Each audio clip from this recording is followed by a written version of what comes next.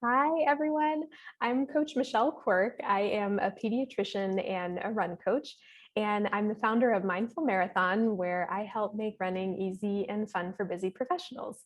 And today I have with me a very special guest. I have with me Dr. Jeannie Lawrence. She is a board certified psychiatrist, therapist, and creator of Self Work for Women Physicians, where she helps women in medicine feel happier and more at peace in their personal and professional lives. So welcome, Dr. Jeannie. Thanks, Dr. Michelle, for having me. I really appreciate the opportunity to be here. It's been, so great to get to know you and follow your journey here. And I love what you do. And I wanted to talk to you a little bit today about really like the mental health benefits of exercise and how to maybe get started with a new exercise routine if you're not used to that. So maybe tell us a little bit about you. I know that you don't have a relationship with running like I do, but but I know you've been following for a while. Yes.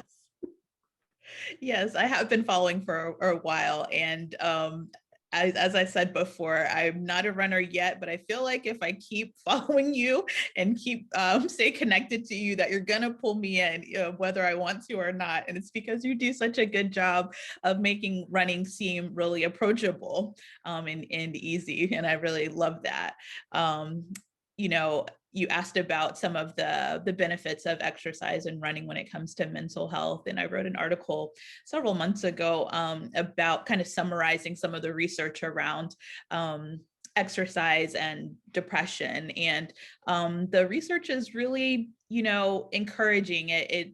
There's some studies that show that certainly exercise, and in particular aerobic exercise like running, can be a really effective adjunct to traditional mental health treatment, like therapy and medications. And there are even some studies that show that exercise at certain intensities and in certain patterns can be like standalone treatment for mild to moderate depression. So it's really encouraging to know that there are things out there that we can do to improve our mood and improve how we're feeling emotionally and physically, that don't necessarily require, taking pills and things like that. And I love talking about kind of a well-rounded way of feeling our best. So yeah. Yeah, that's great. I know a lot of runners can relate to the fact that, well, maybe they don't realize it when they first start, but after being a runner for a while, if we miss a run, we can notice that we feel a little bit off, whatever that means for different people. But for me, I know I am definitely calmer and just more peaceful when I get in my morning exercise. And it doesn't have to be running, by the way. Like cycling or swimming or pretty much any kind of aerobic movement for me will have that same effect. I mean, I prefer running, but to all of the rest.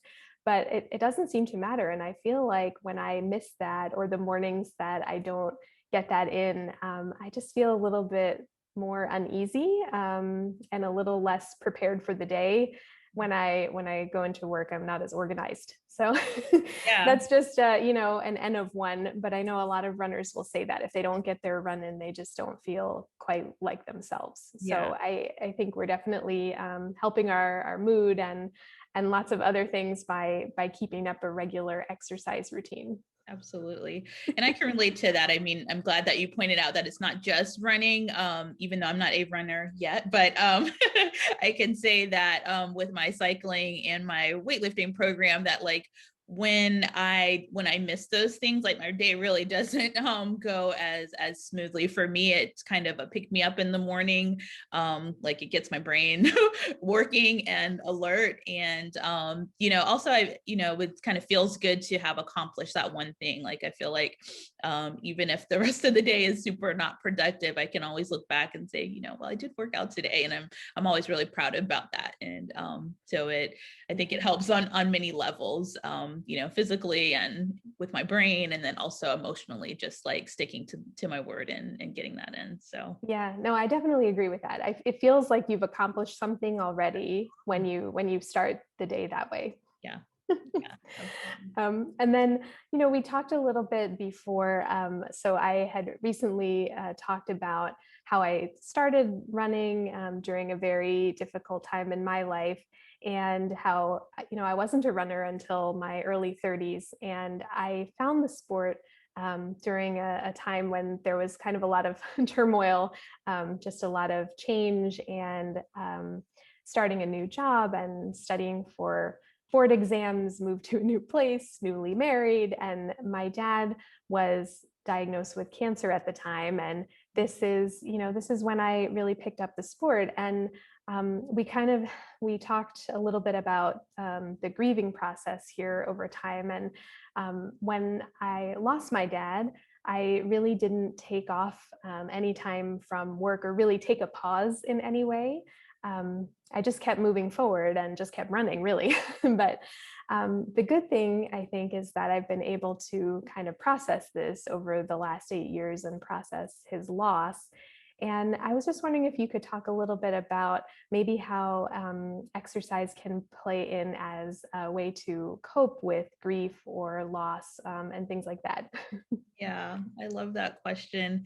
And certainly, losing your dad and being so busy as a doctor on top of that, and being full, newly married, so many things all at once, is very relatable, um, for sure. I I think that when it comes to processing emotions, like I like to think of it kind of in three buckets. There are the things that we do, that I call kind of like soothing techniques, right? They're what we can do when we're feeling at the peak of our stress, and what we can access very easily, and that we know is going to help us feel better, like immediately. So for some, that might be doing breathing exercises. That's something that doesn't take a lot of effort, but can reduce that stress feeling. For some, it might be running, if you are like a seasoned runner, like you are. For others, it can be like, calling somebody that you trust, or turning on a movie that makes you laugh, or curling up under a weighted blanket, like if you're really stressed and anxious. But things that don't take a lot of effort, that can kind of help soothe you in the moment. And it's really good to have those kind of tools in your pocket, but they're not the kind of thing that's going to help you necessarily heal in the long term. So the second bucket is kind of like what I call coping strategies, and they're things that you can do kind of consistently that keep you in a state of balance, right? And I think running is an excellent example. Getting a good night's sleep regularly, following a healthy diet, starting a meditation practice that you're doing consistently. Again, there are things that kind of you do on a regular basis that keep you in a state where you're able to function well, and keep you in a state of kind of balance. And then the third step, and I think the step that a lot of people don't quite get to when they've dealt with like a grief or a trauma or something like that, is the healing phase. And healing is like really when we pause, right? And we take time to really face those emotions and all the thoughts and all the feelings.